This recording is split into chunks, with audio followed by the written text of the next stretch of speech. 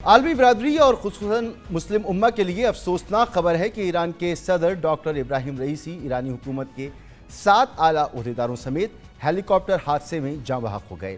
انا للہ و انا الیہ راجعون۔ انتقال کر جانے والوں میں ایران کے وزیر خارجہ امیر حسین عبداللہیان، صوبہ مشرقی آذربائیجان کے گورنر مالک رحمتی، تبریز کے امام سید محمد ہاشم اور مرحوم صدر ابراہیم رئیسی کے سیکیورٹی کمانڈر سید مہدی موسوی بھی شامل تھے۔ دنیا میں کسی بھی سربراہ حکومت یا عسکری شخصیت کی اچانک اور پراسرار موت کا یہ کوئی پہلا واقعہ نہیں، مگر صدارتی ہیلی کاپٹر کی پراسرار گمشدگی اور پھر موت کی اطلاع نے پچھلے 24 گھنٹے عالمی میڈیا کو اپنی گرفت میں رکھا۔ غیر معمولی بات یہ ہے کہ صدر ڈاکٹر ابراہیم رئیسی اور وزیر خارجہ امیر حسین عبداللہیان عالمی سیاست میں ایران کے نظریاتی شناخت کی علامت بن چکے تھے۔ دونوں رہنماؤں کے حالات زندگی پر ایک سرسری سی نظر ڈالتے ہیں اس رپورٹ میں۔ ایران کے سپریم لیڈر علی خامنہئی نے اس واقعے کے ہر پہلو سے تحقیقات کے ساتھ ریاست میں 5 روزہ سوگ منانے کا اعلان کر دیا ہے اور ایران کے آئین کے مطابق اول نائب صدر محمد مخبر کو عبوری صدر اور نائب وزیر اعلیٰ باقری کو عبوری وزیر خارجہ بنانے کی منظوری دے دی ہے۔ عبوری صدر محمد مخبر صدارتی ذمہ داریاں ادا کرنے کے ساتھ آئندہ 50 روز میں نئے صدر کا الیکشن بھی کرائیں گے۔ ایران کے ملٹری چیف آف اسٹاف محمد باقری نے بھی ایک اعلیٰ سطح کی کمیٹی قائم کی ہے اور اس کو صدر ابراہیم رئیسی کے ہیلی کاپٹر کے حادثے کی وجوہات جاننے کے لیے تحقیقات کا حکم دیا ہے۔ خیال رہے کہ صدر ابراہیم رئیسی نے کل ایران کے صوبہ مشرقی آذربائیجان میں ایک ڈیم کا افتتاح کیا تھا اور وہ ایران اور آذربائیجان کی سرحدی علاقے سے تبریز جا رہے تھے جب ان کے ہیلی کاپٹر کی ہارڈ لینڈنگ ہوئی۔ تقریباً 6 گھنٹے جانچ پڑتال کے بعد ایران کی حکومت نے جان لیوا حادثے میں اموات کی تصدیق کی۔ تہران ٹائمز کا بتانا ہے کہ ہیلی کاپٹر حادثہ تبریز سے 100 کلومیٹر دور پیش آیا۔ اطلاعات کے مطابق موسم کی خرابی یا ہیلی کاپٹر میں ممکنہ تکنیکی وجوہات کی بنا پر حادثہ پیش آیا۔ کہا جاتا ہے کہ کئی برسوں سے امریکہ اور مغربی ممالک کی پابندیوں نے ایران کی سرکاری فضائی بیڑے کو غیر محفوظ بنا دیا ہے۔ تعجب کی بات تو یہ بھی ہے کہ صدر ابراہیم رئیسی کے زیر استعمال یہ جو ہیلی کاپٹر تھا یہ نصف صدی پرانا تھا۔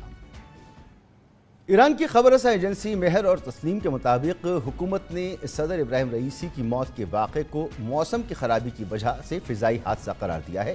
ممکن ہے ایسا ہی ہوا ہو کیونکہ حادثے میں کسی سازش یا کسی کے ملوث ہونے کے تاحال کوئی شواہد سامنے نہیں آئے ہیں، لیکن یہاں پر ایک اہم سوال یہ ہے کہ 3 ہیلی کاپٹرز کے قافلے میں صرف اسی ہیلی کاپٹر کو حادثے کا سامنا کرنا پڑا جس میں بیک وقت صدر ابراہیم رئیسی اور وزیر خارجہ امیر حسین عبداللہیان سوار تھے۔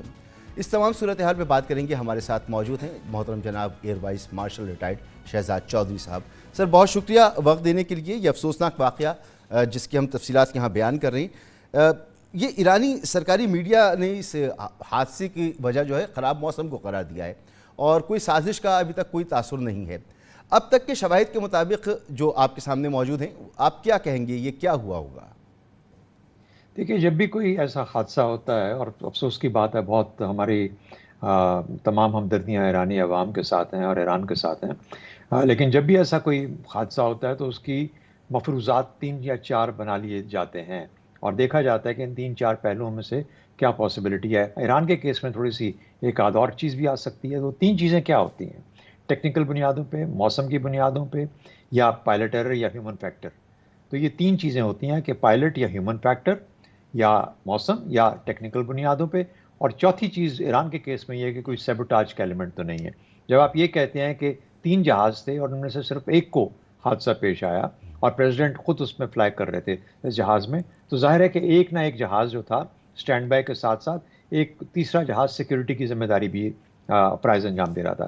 وہ جو سیکیورٹی والا جہاز تھا وہ اس جہاز سے، پریزیڈنٹ کے جہاز سے آگے تھا یا اس سے پیچھے تھا؟ کیونکہ اگر موسم کی بات ہوتی تو اس کو پہلے موسم کو فیس کرنا پڑتا اور وہ پھر اس کے مطابق پریزیڈنٹ اپنے آپ فلائٹ کو ایڈجسٹ کر سکتا تھا۔ تو یہ تمام چیزیں جو کہ آپ کے SOPs کے اندر شامل ہوتی ہیں، اور یقینی طور پر ایران کی فضائیہ جو کہ کافی عرصے سے، بڑے سالوں سے ایک اچھے لیول پہ آپریٹ کرتی ہے، اور جب سے پابندیاں لگی ہیں اس کے بعد تو انہوں نے اپنے طور پہ خود اپنی ٹیکنالوجی کو بھی بہت زیادہ امپروو کیا ہے۔ جب آپ ان چیزوں کو دیکھتے ہیں تو پھر خیال پیدا ہوتا ہے کہ شاید کچھ ایسا ہوا جس کے بنیاد پہ، ٹیکنیکل بنیادوں پہ، صرف ایک جہاز کو اس کا اثر انداز ہونا پڑا اور ٹیکنیکل وجوہات کی بنا پہ۔ اب پائلٹ کی وہاں پہ کیا غلطی آتی ہے، یا جو اندر لوگ بیٹھے تھے کیا غلطی ہے اس کا کیا. ایک اور چیز جسے میں سیبوٹاج کے طور پہ کہتا ہوں, دیکھیے جو ہی یہ حادثہ ہوا تو سوشل میڈیا پہ کچھ لوگوں نے ایران کے اندر کچھ اشخاص کو آئیڈینٹیفائی کرنا شروع کر دیا, اور جو ایران والے تھے انہوں نے بعد میں جیسا آپ نے ذکر کیا کہ کسی باہر کے ملک کی طرف اشارہ کیا گیا. لیکن جب بھی ایسی چیز ہوتی ہے تو ہم نے یہ دیکھا ہے کہ یہ ٹیکنیکل سے زیادہ اس کا ایکسپلوسو استعمال, ایکسپلوژن ہو جانا, ضیاء الحق کا کیس ہمارے سامنے ہے. پھر اس کے بعد پاناما کے صدر عمر توریجوس کو جب ان کا جہاز ہوا میں ان کو تباہ کیا گیا تو پھٹ گیا. یعنی اس قسم کا ایکسپلوسو جو چیز جس سے ایک دم سے کیٹاسٹرافک فیلئر ہوتا ہے وہ چیز ہو جاتی ہے. تو مجھے لگتا ہے کہ یہ موسٹ لائکلی ٹیکنیکل, اور اس کے بعد پھر جو اس کو مینیج یا ہینڈل کیا گیا وہ شاید مناسب طریقہ نہیں تھا, یہی لگتا ہے. لیکن بہرحال جب تک تمام شواہد آ نہ جائیں, اسٹیٹمنٹس نہ مل جائیں, مفروضوں کی بنیاد پہ جب ہم بات کرتے ہیں تو یہی 3-4 ہائپوتھیسس میں سے ایک آدھ ہائپوتھیسس جو زیادہ بیٹھتی ہے اس کی طرف اشارہ کیا جا سکتا ہے. خاصا وقت لگا اس ملبے کو تلاش کرنے کے لیے, تو جس وقت یہ فلائی کر رہے ہوتے ہیں اس وقت کنٹرول ٹاور سے بھی رابطہ ہوتا ہوگا, اور جو جس جگہ پہ حادثہ پیش آیا کوئی کمیونیکیشن ہوگی اگر کوئی خرابی پیدا ہوئی ہو, تو ایسی کوئی چیز سامنے ابھی تک نہیں آئی ہے. اس کی کیا وجہ ہو سکتی ہے؟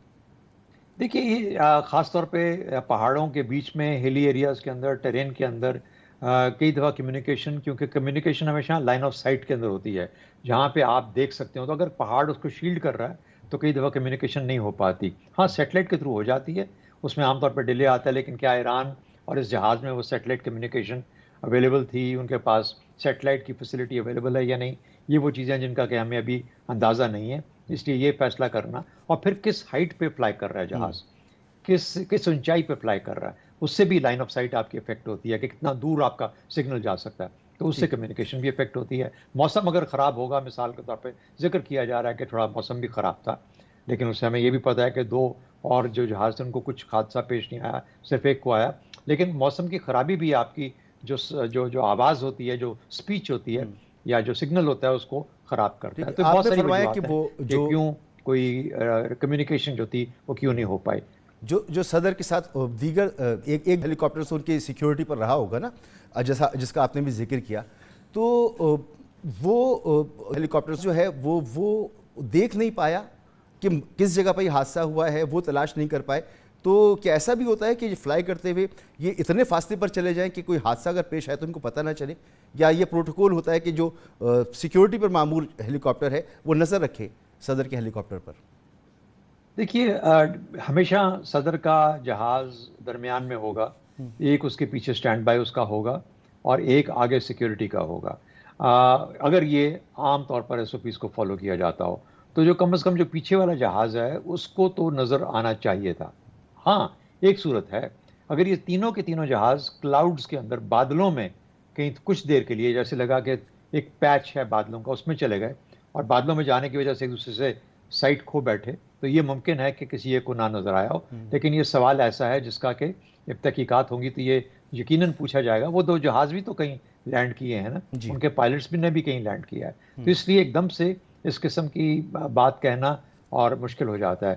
ہاں اگر کیٹاسٹرافک فیلئر ہے, یعنی ایک دم سے فیلئر ہوا, تو ایک اور سیبوٹاج بھی کیا جا سکتا ہے. صرف پھٹنے کی بات نہیں ہے, کیا نیچے سے کچھ اٹیک کیا گیا, کیونکہ یاد رکھیں یہ سرحد کے بہت قریب تھے جہاں پہ یہ معاملہ ہوا, تو کیا کوئی نیچے سے ایسا فائر ہوا, کچھ ہوا, کوئی ٹیرر ایکٹیویٹی ہوئی, کوئی اس قسم کا معاملہ ہوا, تو یہ چیزیں ابھی ظاہر ہے کہ اور جب شواہد آئیں گے تو اس سے بتایا جا سکتا ہے یا اس کے نتیجے تک پہنچا جا سکتا ہے. اچھا, یہ جو ہیلی کاپٹر ایرانی صدر استعمال کر رہے تھے یہ امریکی ساختہ تھا. 1979 میں انقلاب سے قبل ایران کو یہ فراہم کیے گئے تھے ہیلی کاپٹرز. تو یہ بھی سوال اٹھتا ہے کہ اتنے اہم عہدے پر فائز شخصیت کے لیے کئی دہائیوں پرانا ہیلی کاپٹر زیر استعمال تھا, اور وہاں کے جو حکام ہیں وہ تو اس واقعے کی ذمہ داری بھی امریکہ پہ کہہ رہے ہیں کہ ان کی جو پابندیاں تھیں اس کی وجہ سے یہ حادثہ ہوا. تو کیا وجہ تھی کہ اتنا پرانا ہیلی کاپٹر صدر استعمال کر رہے تھے؟ ایسا کیا ہوا ہوگا؟ ہاں یہ دیکھیں, میں یہ نہیں یہ میرا خیال ہے کہ یہ نہیں ہے کہ وہ 1950 ہی کا جو جہاز آیا تھا وہی ابھی تک, یا 70 کا جو جہاز تھا وہی ابھی تک ان کے پاس 50 سال پرانا جہاز اسی شکل میں تھا. ظاہر ہے انجنز کے اوپر بھی کچھ کام ہوا ہوگا, کچھ اپ گریڈ ہوا ہوگا, کچھ جہاز کے اندر الیکٹرانکس اور ایلیکٹرانکس میں بہتری آئی ہوگی. ایران اپنے جو ان کا ڈرونز کا پروگرام ہے اس کے اندر بہت آگے ایڈوانس جا چکا ہے.